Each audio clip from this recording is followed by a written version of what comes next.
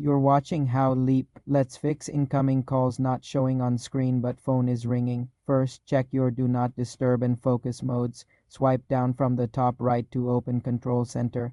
Ensure the moon icon is off. In Settings, tap Focus and turn off any active focus. Next, restart your iPhone. Press and hold the side button and a volume button, then slide to power off. Turn it back on. Update your software. Go to Settings, tap General, then Software Update. Install any available update. You're watching How Leap. Let's fix incoming calls not showing on screen but phone is ringing. First, check your Do Not Disturb and Focus modes. Swipe down from the top right to open Control Center. Ensure the moon icon is off. In Settings, tap Focus and turn off any active focus. Next, restart your iPhone. Press and hold the side button and a volume button, then slide to power off.